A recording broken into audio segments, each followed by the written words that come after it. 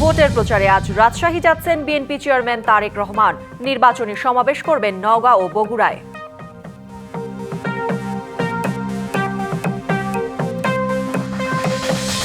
আগে আইনের শাসন প্রতিষ্ঠা করতে চান তারেক রহমান। যুক্তরাষ্ট্র, ভারত ও চীনের সঙ্গে ভারসাম্যপূর্ণ সম্পর্ক গড়ার প্রত্যয় টাইম ম্যাগাজিনের সাক্ষাৎকার। ভোটের ডামাডোলে মাতোয়ারা ঢাকা 15। বিএনপি জামায়াত প্রার্থীর পাল্টাপাল্টি অভিযোগে পিছে পড়ে যাচ্ছে ভোটারের চাহিদা। ভোটের প্রচারে আজ রাজশাহী যাচ্ছেন বিএনপি চেয়ারম্যান তারেক রহমান। দুপুরে রাজশাহীর মাদ্রাসা মাঠে নির্বাচনী জনসভায় অংশ নেবেন। একই দিন জনসভা করবেন নওগাঁ ও বগুড়ায়। বিএনপি প্রধানকে বরণ করতে প্রস্তুত 3 জেলার নেতাকর্মীরা। তাকে দেখার জন্য সকাল থেকে সমাবেশ ময়দানে ভিড় করছেন অনেকে। রাজশাহী বিএনপি নেতারা বলছেন, এই জনসভা রূপ নেবে জনসমুদ্রে। রাজশাহীর জনসভা শেষে নওগাঁয় যাবেন তারেক রহমান। শহরের এটিএম মাঠে নির্বাচনী জনসভায় বক্তব্য দেবেন তিনি। দলের শীর্ষ নেতাকে এক নজর দেখতে মুখিয়ে আছেন নেতাকর্মী সহ সাধারণ মানুষ। বিএনপি নেতারা বলছেন, এই জনসভা নওগাঁর রাজনৈতিক ইতিহাসে গুরুত্বপূর্ণ অধ্যায় হয়ে থাকবে। রাজশাহী ও নওগাঁর জনসভা শেষে তারেক রহমান যাবেন তার পৈতৃক ভিটা বগুড়ায়। রাতে শহরের আলতাফুন নেসা খেলার মাঠে নির্বাচনী সমাবেশে বগুড়ার সদর আসনে নিজের জন্য এবং অপর 6টি আসনে ধানের শীষে ভোট চাইবেন তারেক রহমান। আমি তারেক রহমানকে দেখার জন্য এসেছি। তুমি কি তাকে দেখতে চাও? হ্যাঁ। বিএনপির চেয়ারম্যান জনাব তারেক রহমান বগুড়া আগমন উপলক্ষে বগুড়ার মানুষের মধ্যে আনন্দ, উল্লাস এবং স্বাচ্ছাদ রচিত। আরও জানাতে রাজশাহী থেকে সরাসরি যুক্ত হচ্ছেন সহকর্মী আনোয়ার হোসেন।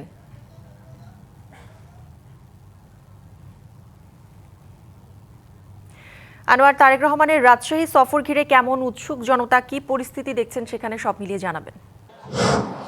কৌরি, বিএনপি চেয়ারম্যান তারেক রহমানের আগমন ঘিরে একেবারেই উৎসাহ উদ্দীপনা এতটুকু কমতি নেই রাজশাহীতে। এখানে যারা বিভিন্ন স্তরের নেতাকর্মী আছে এবং যারা জনসাধারণ আছে তাদের মধ্যেও আমরা দেখেছি উৎসাহ উদ্দীপনা রয়েছে। এখানে আমরা কথা বলেছি, বিভিন্ন জনের সঙ্গে কথা বলেছি। যদি একটু বলি, এই যে রাজশাহী যে মাদ্রাসা মাঠ, যেখানেই মূলত জনসভা স্থল, মঞ্চ অনেকটাই প্রস্তুত আমরা দেখেছি। আর সকাল থেকেই মোটামুটি এখানে বিভিন্ন যে স্তরের যে নেতাকর্মী, এর মধ্যে আমরা দেখেছি যে তারা আসতে শুরু করেছেন। মঞ্চের কাজ কিন্তু একেবারেই পুরোপুরি প্রস্তুত, অর্থাৎ সমাবেশ স্থল পুরোপুরি এখন একরকম প্রস্তুতির জায়গা প্রায় শেষ হয়েছে। এখন শুধু অপেক্ষার পালা। নিশ্চয়ই জানেন আপনি খবরে যেটা বলছিলেন, সেই জায়গা থেকে যদি বলি যে বিএনপি চেয়ারম্যান তারেক রহমান আজকে এই রাজশাহীতে 12:25 অর্থাৎ 12:30 নাগাদ তিনি এখানে বিমানযোগে এসে নামবেন। তারপরে হচ্ছে শাহ মাখদুম রহমতুল্লাহ এর মাজার জিয়ারত করবেন এবং বেলা 2টা নাগাদ তিনি সমাবেশস্থলে আসবেন, এমন একটি তথ্য আছে। আর আপনি নিশ্চয়ই জানেন যে এই সমাবেশটি শেষ করে তার নওগাঁয় জনসমাবেশ রয়েছে। সেই সঙ্গে তিনি আবার আজকে রাতে সন্ধ্যায় তিনি বগুড়াতে ফিরবেন, সেখানেও তার জনসমাবেশ রয়েছে। একই সঙ্গে আগামীকালও তার বেশ কিছু কর্মসূচি রয়েছে। তিনি রংপুরে যাবেন, সেখানে শহীদ আবু সাইদের কবর জিয়ারত করবেন। তারপরে রংপুরে তার জনসমাবেশ আছে। অর্থাৎ এই 2 দিনে কিন্তু তার যে এক নির্বাচনী জনসভা, এই জনসভার মধ্যেই বিএনপি চেয়ারম্যান তারেক রহমান ব্যস্ততার মধ্যেই আসলে কাটবে, এমনটা কিন্তু আমরা বলতেই পারি। তো সব মিলিয়ে যেটি বলা, আসলে মূলত যে রাজশাহীতে তিনি আসছেন। আর রাজশাহী যে জেলা, এখানে 6টি সংসদীয় আসন এবং রাজশাহী, চাঁপাইনবাবগঞ্জ, নাটোর, এখানে 13টি সংসদীয় আসন রয়েছে। সব মিলিয়ে রাজশাহী বিভাগে 39টি সংসদীয় আসন। এখানে যারা মনোনীত বিএনপির তাদেরকেও এই সমাবেশে পরিচয় করে দিবেন বিএনপি চেয়ারম্যান তারেক রহমান। তো যথারীতি তার বক্তব্য শোনার জন্য অধীর অপেক্ষায় আছেন মানুষ, তাকে দেখার জন্য অপেক্ষায় আছেন। নিশ্চয়ই তার আজকে বক্তব্যে নির্বাচনী যে পরিকল্পনা, সেই সঙ্গে নতুন ভিন্ন বার্তা আসবে, এমনটা কিন্তু অনেকেই প্রত্যাশা করছেন। কৌরি। আনোয়ার, ধন্যবাদ আপনাকে। ক্ষমতায় আসতে পারলে সবার আগে দেশে আইনের শাসন প্রতিষ্ঠা করতে চান বিএনপি চেয়ারম্যান তারেক রহমান। এছাড়া তার আশ্বাস, বিএনপি সরকার গঠন করলে যুক্তরাষ্ট্র, ভারত ও চীনের সঙ্গে ভারসাম্যপূর্ণ সম্পর্ক গড়বে। বিশ্বখ্যাত সাময়িকী টাইম ম্যাগাজিনের সাক্ষাৎকারে এসব কথা বলেছেন বিএনপি প্রধান। 17 বছর পর দেশে ফিরে কোনো আন্তর্জাতিক গণমাধ্যমে এটি তার প্রথম সাক্ষাৎকার। গেল 25শে ডিসেম্বর হাজারো নেতাকর্মী ও সমর্থকের ভালোবাসায় ঢাকায় ফেরেন তারেক রহমান। বিমানবন্দর থেকে শুরু করে রাজধানীর রাজপথে দেখা যায় জনস্রোত। দেশে ফেরার কয়েকদিনের মাথায় হারান মা সাবেক প্রধানমন্ত্রী খালেদা জিয়াকে। মার্কিন সাময়িকী টাইম ম্যাগাজিনকে জানান, দায়িত্ব পালনের শিক্ষা তিনি মায়ের কাছেই পেয়েছেন। মূল লক্ষ্য দেশের মানুষের জন্য কাজ করা। টাইমকে দেয়া সাক্ষাৎকারে নিজেকে গণতন্ত্র ও সংস্কারের পক্ষে একজন দায়িত্বশীল নেতা হিসেবে তুলে ধরেন তারেক রহমান। টাইম ম্যাগাজিন বলছে, আসন্ন নির্বাচন উপলক্ষে চালানো সাম্প্রতিক জরিপে বিএনপির জনপ্রিয়তা প্রায় 70%। তবে দেশের অর্থনীতি এখন বড় চাপে। মূল্যস্ফীতি, বেকারত্ব, ডলারের সংকট সব মিলিয়ে সাধারণ মানুষ ভোগান্তিতে। টাইমকে দেয়া সাক্ষাৎকারে দুর্নীতির অভিযোগ নিয়েও কথা বলেন তারেক রহমান। তার বিরুদ্ধে সব অভিযোগ অস্বীকার করে জানান, রাজনৈতিক উদ্দেশ্যেই সব মামলা করা হয়েছে, যার কিছুই প্রমাণ হয়নি। সাক্ষাৎকারে আন্তর্জাতিক সম্পর্ক নিয়েও কথা বলেন তারেক রহমান। ক্ষমতায় গেলে যুক্তরাষ্ট্র, ভারত ও চীনের সঙ্গে ভারসাম্যপূর্ণ সম্পর্ক করার আশ্বাস দেন তিনি। আইন শৃঙ্খলা পরিস্থিতি নিয়ে উদ্বেগ প্রকাশ করে তারেক রহমান জানান, ক্ষমতায় এলে সবার আগে আইনের শাসন প্রতিষ্ঠা করা হবে। জাতীয় নির্বাচন সামনে রেখে এই সাক্ষাৎকারকে রাজনৈতিকভাবে গুরুত্বপূর্ণ মনে করছেন বিশ্লেষকরা। টাইম ম্যাগাজিনে দেয়া এই সাক্ষাৎকারের মাধ্যমে আন্তর্জাতিক অঙ্গনেও নিজের ভাবমূর্তি তুলে ধরার চেষ্টা করছেন তারেক রহমান। আব্দুল্লাহ আল মারুফ, ডিবিসি নিউজ ডেস্ক। চলছে নির্বাচনের ক্ষণগণনা। সারা দেশের মতো রাজধানী ঢাকা 15 আসনেও নির্বাচনী প্রচার এখন জমজমাট। জামায়াত ও বিএনপির পাশাপাশি এলাকা চষে বেড়াচ্ছেন স্বতন্ত্র প্রার্থীরাও। হেভিওয়েট প্রার্থীদের প্রচারণা নানা অভিযোগে সরগরম মিরপুর কাফরুলের ভোটের মাঠ। প্রায় 3.5 লাখ ভোটার নিয়ে ঢাকা 15 আসন। এ আসনে হেভিওয়েট প্রার্থী জামায়াতের আমির ডাক্তার শফিকুর রহমান। প্রতিদ্বন্দ্বিতায় আছেন বিএনপির শফিকুল ইসলাম খান মিল্টন সহ অন্যান্য দলের প্রার্থীরা। চলছে ব্যাপক প্রচারণা, দেয়া হচ্ছে নানা প্রতিশ্রুতি। এলাকার উন্নয়নে যে কাজ করবে তাকে বেছে নিতে চান ভোটাররা। প্রত্যাশাটা হলো আমাদের এই যে পূর্ব শাওরাপাড়া, আজ প্রায় এই শাওরাপাড়া আমি থাকি প্রায় 30 বছরের মতো, এক মাজা পানি হয়। কোনো সরকার আইয়েই কিছুই উদ্যোগ করে না, কোনো মূল্যায়ন করে না। এই তোমার পানি হয় এই বাসার ভিতরে। কাছে প্রত্যাশা আমার অন্য কিছু না, আমাদের এই এলাকাটা এইখান থেকে শেওড়াপাড়া থেকে পাকার মাথার থেকে এটা এতখানি পানি হয়ে যায়। জামায়াতের আমির ও 11 দলীয় জোটের প্রার্থী ডাক্তার শফিকুর রহমান দাঁড়িপাল্লা প্রতীক নিয়ে চষে বেড়াচ্ছেন নির্বাচনী এলাকা। ভোটারদের দাঁড়ে দাঁড়ে গিয়ে প্রতিশ্রুতি দিচ্ছেন বৈষম্যহীন ও নিরাপদ দেশ গড়ার। বলছেন নারীদের সুবিধা বৃদ্ধির কথাও। যারা মায়ের গায়ে হাত বাড়িয়েছেন, অপমান করেছেন, তোমরা ক্ষমা চাও, তওবা করো, আল্লাহ তোমাদেরকে মাফ করে দেবেন। কিন্তু পরিষ্কার বলে দিচ্ছি, আমাদের জীবনের চাইতে আমাদের মায়েদের ইজ্জতের মূল্য আমাদের কাছে অনেক বেশি। আর যদি কেউ হাত বাড়ানোর চেষ্টা করে, ইনশাল্লাহ আমরা গালে হাত দিয়ে বসে থাকবো না। পিছিয়ে নেই বিএনপির মনোনীত প্রার্থী শফিকুল ইসলাম খান মিল্টনও। ধানের শীষ প্রতীকে ভোট চেয়ে মিরপুর থেকে কাফরুল এলাকায় ভোটারদের কাছে ছুটছেন দিনরাত। জানান, ভোটারদের স্বতঃস্ফূর্ত সাড়া পাচ্ছেন তিনি। তবে একটি দল বাড়ি বাড়ি গিয়ে লিফলেট দিচ্ছে, বিকাশ নাম্বার নিচ্ছে, এমন অভিযোগ তার। ঢাকা 15 আসনে বিএনপির দুর্গ। আগামী 12 তারিখে ঢাকা 15 আসন জনগণ তার প্রিয় পছন্দের প্রার্থী ধানের শীষকে বেছে নেবে। বাসা বাড়িতে গিয়ে গিয়ে এনআইডি, ভোটার আইডি, বিকাশ নাম্বার, তারপরে মোবাইল নাম্বার চাওয়া হচ্ছে। কেন চাওয়া হচ্ছে? আমরা বলবো সৎ লোকের শাসন চাই, আবার অসৎ লোকের কাজ করব। ঢাকা 15 আসনের মাটিতে সেটি হতে দেওয়া হবে। প্রতিদ্বন্দ্বী প্রার্থীরা নির্বাচিত আচরণবিধি লঙ্ঘন করছে অভিযোগ জাসদ মনোনীত প্রার্থীর। এ ব্যাপারে নির্বাচন কমিশনের দ্বারস্থ হবেন বলেও জানান তিনি। দুই দল যারা বৃহৎ দল হিসেবে মনে করে, তাদের মধ্যে কিছু ঝামেলা আছে। অনেক ক্ষেত্রেই আচরণবিধি তাদের ভঙ্গ করছে, মানে তাদের যে প্রচার প্রপাগান্ডার যে নিয়ম কানুন সেগুলো অনেক ক্ষেত্রেই মানা হচ্ছে না। আচরণবিধি লঙ্ঘন নিয়ে কিছুটা অভিযোগ থাকলেও সাধারণ ভোটাররা চান একটি উৎসবমুখর ও শান্তিপূর্ণ পরিবেশ। প্রার্থীকে ভোট দিতে পারে এবং আমি চাই পার্লামেন্টের জন্য সৎ সাহসী নেতৃত্ব নির্বাচিত হয়ে আসেন। জনগণের কল্যাণার্থে এটা দলীয় নির্বাচন সুষ্ঠুভাবে নির্বাচিত হয়। এবার রাজনৈতিক পরিচয়ের চেয়ে মিরপুরের ভোটারদের কাছে প্রাধান্য পাবে প্রার্থীর সততা ও যোগ্যতা। জনবান্ধব প্রতিনিধি নির্বাচিত হয়ে এলাকার নাগরিক ভোগান্তির অবসান চায় তারা। Sania Ahmed, DBC news, Dhaka.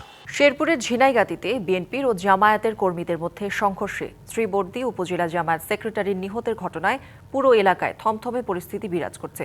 এ বিষয়ে আরও জানাতে শেরপুর থেকে যুক্ত হচ্ছেন সহকর্মী এস.এম. জুবায়ের।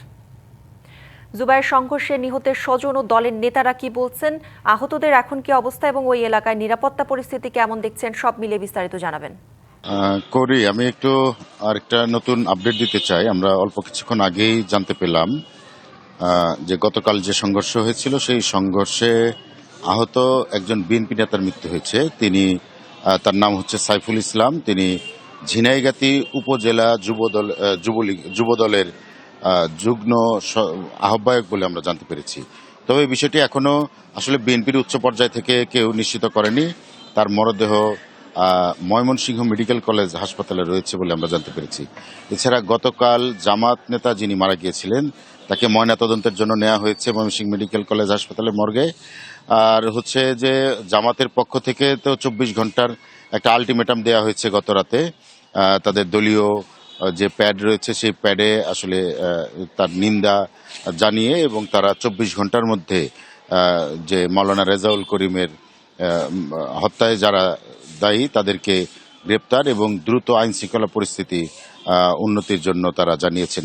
এছাড়া কিন্তু গতকাল দুপুর থেকে আসলে রাত পর্যন্ত যে সংঘর্ষ চলেছে সেই সংঘর্ষকে কেন্দ্র করে ঝিনাইগাতি সহ শেরপুর জেলা কিন্তু থমথমে পরিস্থিতি বিরাজ করছে। ভোটারদের মধ্যে অনেকটা আতঙ্ক বিরাজ করছে। আমরা সকাল থেকে অনেকের সাথে কথা বলছিলাম, আমরা শুনছিলাম যে সবাই বলছিলেন যে যদি নির্বাচনের আগে এমন সহিংসতা হয় তাহলে নির্বাচনে কি অবস্থা হবে সেটি নিয়ে তারা শঙ্কা জানাচ্ছিলেন। আমরা আসলে গতকাল থেকে এখন পর্যন্ত বিএনপির শীর্ষস্থানীয় কারোর সাথে যোগাযোগ করতে পারিনি, যেহেতু গতকাল অন্য একটি ঘটনায় জেলা বিএনপির যে আহ্বায়ক কমিটি ছিল সেটি বিলুপ্ত করা হয়েছে।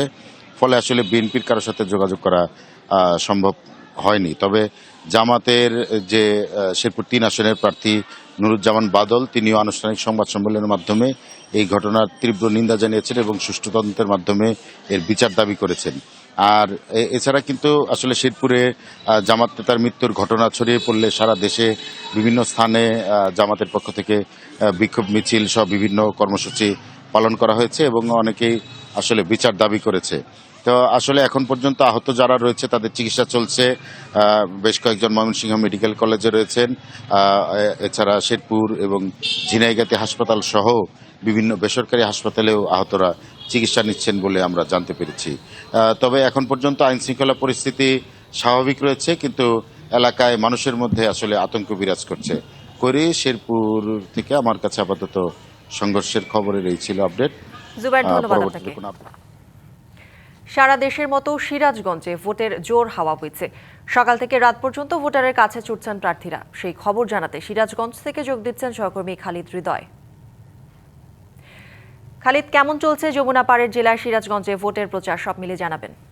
যত ঘনিয়ে আসছে নির্বাচনের যে প্রচার প্রচারণা ততই কিন্তু বৃদ্ধি পাচ্ছে এই যমুনা পাড়ের জেলা সিরাজগঞ্জে। আপনি জানেন যে সিরাজগঞ্জে কিন্তু 6টি সংসদীয় আসন রয়েছে এবং এই 6টি সংসদীয় আসনের চিত্রই কিন্তু প্রায় একই।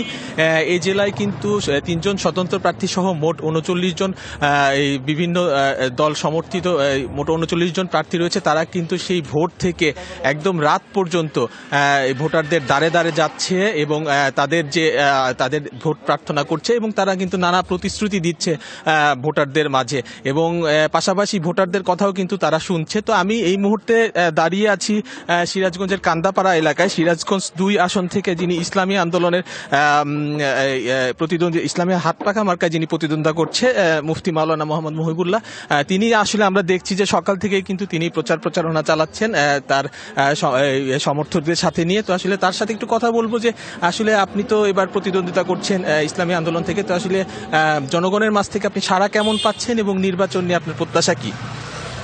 আলহামদুলিল্লাহ, ইসলামী আন্দোলন বাংলাদেশ সিরাজগঞ্জ সদর এবং কামারখন্দ আসন থেকে আমরা বিভিন্ন অঞ্চলে প্রত্যন্ত অঞ্চলে নির্বাচনের জন্য আমরা প্রচার প্রচারণা চালাচ্ছি।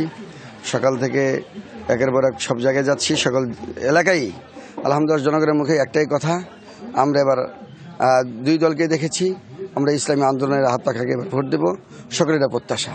আশা করি জনগণ যেভাবে প্রতিশ্রুতি দিয়েছে সেভাবে প্রতিশ্রুতি দেয়। আশা করা যায় ইনশাআল্লাহ আমরা হাত পাখা মার্কায় সিরাজগঞ্জ সদর আসন থেকে বিজয়ী হবে ইনশাআল্লাহ।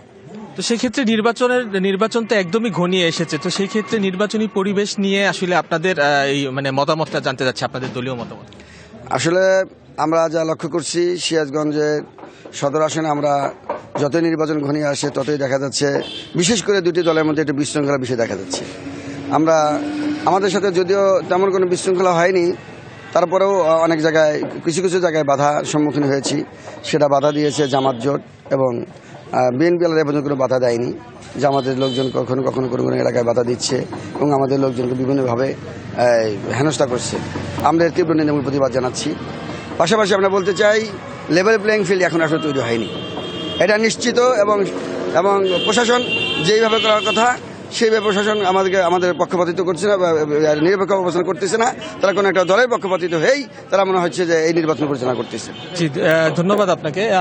কৌরি, শুনছিলেন আসলে এই যে সিরাজগঞ্জের যে 6টি সংসদীয় আসনে বিভিন্ন দলের প্রার্থী তারা কিন্তু ভোটারদের দ্বারে দ্বারে যাচ্ছে এবং ভোটারদের কথা শুনছে এবং তাদের প্রতিশ্রুতি দিচ্ছে, এবং এই সিরাজগঞ্জের প্রায় 27 লক্ষ ভোটার রয়েছে, তাদের ভোটেই কিন্তু আসলে সিরাজগঞ্জের 6টি সংসদীয় আসনের আগামীর যে জনপ্রতিনিধি তারা কিন্তু আসলে নির্বাচিত হবে। তো সিরাজগঞ্জ থেকে ভোটের প্রচারণার এই ছিল আমার কাছে সর্বশেষ। কৌরি। খালিদ, ধন্যবাদ আপনাকে। বাংলাদেশে ভোট মানে উৎসব, আনন্দের বাতাস, আবার সেই ভোট হয়ে দাঁড়ায় হানাহানির ক্ষেত্র। তবে ভোটের মাঠে লড়াইটা চিরন্তন। লড়াই চলে দলের বিরুদ্ধে দলের, বন্ধুর বিরুদ্ধে বন্ধুর, স্বামীর বিরুদ্ধে স্ত্রীর। এবার কুড়িগ্রামে একই আসনে লড়াইয়ে নেমেছেন আপন ভাইয়ের বিরুদ্ধে ভাই। সহদরের একজন লড়ছেন বিএনপির হয়ে, অন্যজন জামায়াতের প্রার্থী। নির্বাচনের হাওয়ায় উত্তাল উত্তরের জেলা কুড়িগ্রাম। ব্যতিক্রম নয় জেলার 4 নম্বর আসন। রাত দিন চলছে ভোটের প্রচারণা। প্রান্তিক মানুষের নানা সংকট আর তাদের উন্নয়ন নিয়ে আশার বাণী শোনাচ্ছেন প্রার্থীরা। তবে সবকিছু ছাপিয়ে আলোচনার কেন্দ্রবিন্দুতে বিএনপি থেকে অংশ নেয়া আজিজুর রহমান ও তার ছোট ভাই জামায়াতে ইসলামীর প্রার্থী মুস্তাফিজুর রহমান। দুই ভাইয়ের পরিবার, তাদের সম্পর্ক বিএনপি জামায়াতের ভোটের সমীকরণ হয়ে উঠেছে ভোটারদের আলোচনার কেন্দ্রবিন্দু। ভাই হিসাবে আমার তার প্রতি কোনো রকমের অনুযোগ নেই, কোনো রকমের বিদ্বেষ নেই। তবে দল হিসাবে আমি যেটা মনে করি, দল হিসাবে তারা বাংলাদেশ জাতীয়তাবাদী দলকেই বেছে নেবে এই এলাকার ভোটাররা। বড় ভাই হিসেবে অবমূল্যায়ন করি না, কিন্তু রাজনৈতিক মাঠে আমাকে অবমূল্যায়ন করা হলে আমি সেটাকে ছাড় দেবো না ইনশাল্লাহ। এবং আগামী দিনের মানুষের যে প্রত্যাশা, তারা বড় ছোট দেখছে না, তারা দেখছে নীতি নৈতিকতা। নানা আলোচনার মধ্যেই ভোটের সমীকরণও করে নিচ্ছেন ভোটাররা। কি বাড়ি থেকে দুই ভাই দাঁড়াইছে, তার জন্য আমরা খুবই সন্তুষ্ট, আমরা খুবই খুশি হয়েছি। দুই ভাই প্রার্থী হওয়াতে কোনো দাঙ্গা হাঙ্গামা সৃষ্টি হয়নি, এটা আমাদের এলাকায় একটা ভালো প্রভাব ফেলছে। আমরা দুই দলের যে কোনো একজনকে আমরা পছন্দ করি। আমরা যে দল করি ইনশাল্লাহ জয়ী হবো, আশা করি ইনশাল্লাহ। ওনাদের যে কেউ একজন আসলে আমাদের এলাকার উন্নয়ন করা খুবই সম্ভব, ভালো হবে। ভোটের লড়াইয়ে ভাইয়ে ভাইয়ে যতই বিরোধ থাকুক, বিজয়ী হয়ে একজন এলাকার উন্নয়ন করবেন এমন প্রত্যাশা প্রান্তিক এই জনপদের মানুষের। TBC news desk. দেশ জুড়ে বইছে নির্বাচনের জোর হাওয়া। 12 ফেব্রুয়ারি হবে ত্রয়োদশ জাতীয় সংসদ নির্বাচনের ভোট গ্রহণ। এ নিয়ে কি ভাবছেন সাধারণ মানুষ থেকে শুরু করে আগামীর জনপ্রতিনিধিরা, সে কথা জানাতে ডিবিসি নিউজের ইলেকশন এক্সপ্রেস ছুটে যাচ্ছে সব সংসদীয় আসনে। এখন রয়েছে সংসদীয় আসন 183, ঢাকা 10-এ। সিএসআরএম ডিবিসি ইলেকশন এক্সপ্রেস আজ আছি ঢাকা জেলায়। এই মুহূর্তে আমাদের সাথে অতিথি হিসেবে যুক্ত আছেন ঢাকা 10 আসনে ইসলামী আন্দোলন বাংলাদেশ মনোনীত প্রার্থী আব্দুল আউয়াল। আমরা তার সাথে একটু কথা বলবো। আপনি তো নির্বাচন করছেন দলের পক্ষ থেকে, কেমন সাড়া পাচ্ছেন সাধারণ? জি, আসসালাতু আসসালামু আলা রাসূলুল্লাহ রাসূলুল কারীম। আর আলহামদুলিল্লাহ আমরা ভালো সাড়া পাচ্ছি, যেহেতু আপনারা জানেন ইসলামী আন্দোলন পেশা চরমনাই একটি নীতি আদর্শের নিয়ে কাজ করছে সারা বাংলাদেশে, যাতে শরিয়া আইন এবং মানুষের যাতে শান্তি পায়। এই কারণে আমরা দেখেছি যে দেশের মানুষ হলো মুসলিম অধ্যুষিত এলাকা, প্রায় 90% মুসলমানের দেশ। আমাদের সংস্কৃতি ইসলাম, আর যেহেতু কোরআন সুন্নাহর আইন আমাদের আছে, আল্লাহ রসুল করে গেছেন, আমরা সেটা বাস্তবায়ন করতে চাই এবং ব্যাপক সাড়া পড়তেছে। যেহেতু আর কোনো ইসলামী দলে এখন পর্যন্ত নিরেটভাবে এবং প্রথম থেকে শুরু পর্যন্ত 27 সাল থেকে এই পর্যন্ত আমরা একই কথার উপরে আসছি এবং একই আদর্শের উপরে আসছি। এই জন্য বিশ্ব চরমনায়ের গ্রহণযোগ্যতা তথা ইসলামী আন্দোলনের হাত পাকা গ্রহণযোগ্যতা দিন দিন বেড়েই যাচ্ছে। আলহামদুলিল্লাহ, এবার যদি সুষ্ঠু নির্বাচন হয় তো দেখবেন ব্যাপক সাড়া পাবেন এবং আমরা আশা করতেছি যে আমরা ব্যাপক জায়গায় জিতে আসবো ইনশাল্লাহ। নির্বাচনী প্রচারণা করতে গিয়ে কোনো বাধার মুখে পড়ছেন কিনা?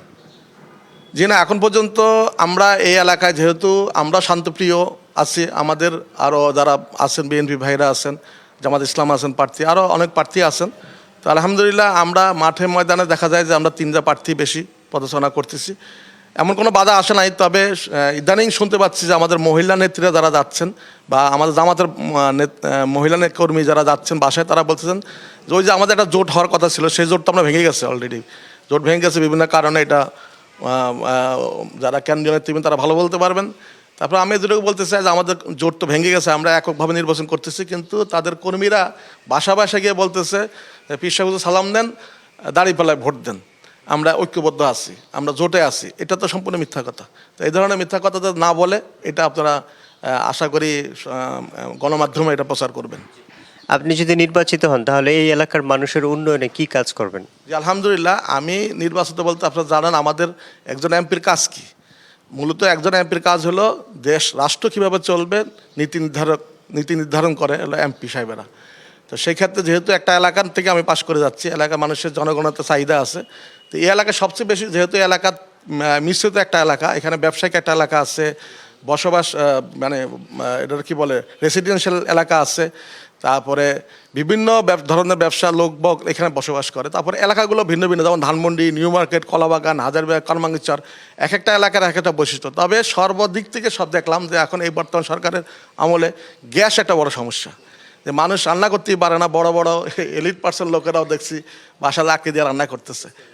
বুঝতে পেরেছি, আপনি যে নির্বাচিত হলে জনগণের সেবা নিশ্চিত করার জন্য কাজ করবেন। আপনাকে আমাদের সাথে যুক্ত হওয়ার জন্য অসংখ্য ধন্যবাদ। CSRM ডিবিসি ইলেকশন এক্সপ্রেস আজ সারাদিন থাকবো এই জেলায়। পরবর্তী সংবাদে নতুন কোনো প্রার্থী নিয়ে আপনাদের সামনে হাজির হব। ততক্ষণ আমাদের সাথে থাকুন, ভালো থাকুন। মাঘের মাঝামাঝি শীতের তীব্রতা বেশি কমলেও রাত গভীর হলে শীতের অনুভূতি তীব্র হচ্ছে। দিনে তাপমাত্রা বেশি, রাতে কম। এই তারতম্যে ছড়িয়ে পড়ছে নানা ধরনের শীতজনিত রোগ। চুয়াডাঙ্গায় আজ সর্বনিম্ন তাপমাত্রা রেকর্ড করা হয় 12.8 ডিগ্রি সেলসিয়াস। দিনে তাপমাত্রা কিছুটা বাড়লেও রাতের শীতের তীব্রতা অনুভূত হচ্ছে। সকাল থেকে সূর্যের দেখা মিলছে, কিন্তু উত্তরের হিম বাতাসে বেশ ঠান্ডা অনুভূত হচ্ছে। সবচেয়ে বেশি ভোগান্তিতে পড়েছেন খেটে খাওয়া দিনমজুর ও ছিন্নমূল মানুষ। ব্যাহত হচ্ছে কৃষিকাজ। চুয়াডাঙ্গার হাসপাতালগুলোতে বেড়েছে শীতজনিত রোগীর সংখ্যা। বিশেষ করে ডায়রিয়া ও শ্বাসকষ্টের রোগীদের বেশিরভাগই শিশু ও বয়স্ক।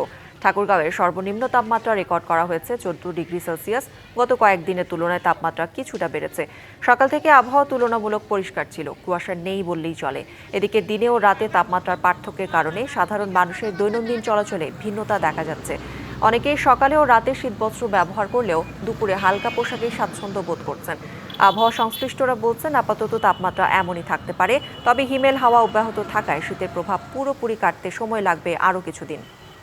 মালয়েশিয়া থেকে নিজ দেশে ফিরতে চায় ব্রাহ্মণবাড়িয়া জেলার নবীনগরের অসুস্থ সালাউদ্দিন। খরচ মেটাতে না পেরে এখন বিনা চিকিৎসায় মৃত্যু পথযাত্রী।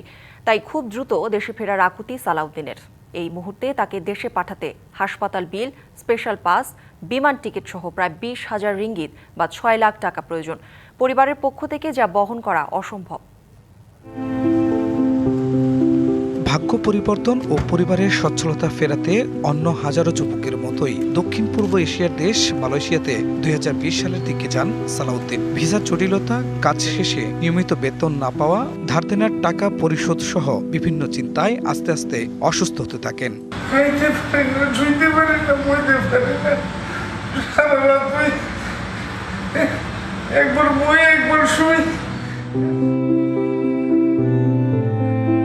বর্তমানে শ্বাসকষ্টজনিত রোগে রাজধানী কুয়ালালামপুরের অদূরে হসপিটাল তেনুঙ্গু আম্পন রাহিমাতে চিকিৎসাধীন সালাউদ্দিনের অসহায়ত্ব দেখে এগিয়ে আসেন ফেনীর মেহেদি হাসান ও সাংবাদিক মোহাম্মদ আলী। মানবিক দিক বিবেচনা করে তাকে নিজের বাসায় আশ্রয় দেন মেহেদি। বাংলাদেশি ভাই এবং বাংলাদেশ সরকারের কাছে আমি অনুরোধ করব যে সালাউদ্দিনকে দ্রুত দেশে পাঠাতে হবে। তার প্রচণ্ড অসুস্থ, শ্বাসকষ্ট, যারা নিয়মিত আমাদেরকে আর্থিক সহায়তা প্রদান করে থাকেন, আমি তাদের কাছে বিশেষভাবে অনুরোধ করব, প্লিজ আপনারা একটু এগিয়ে আসেন।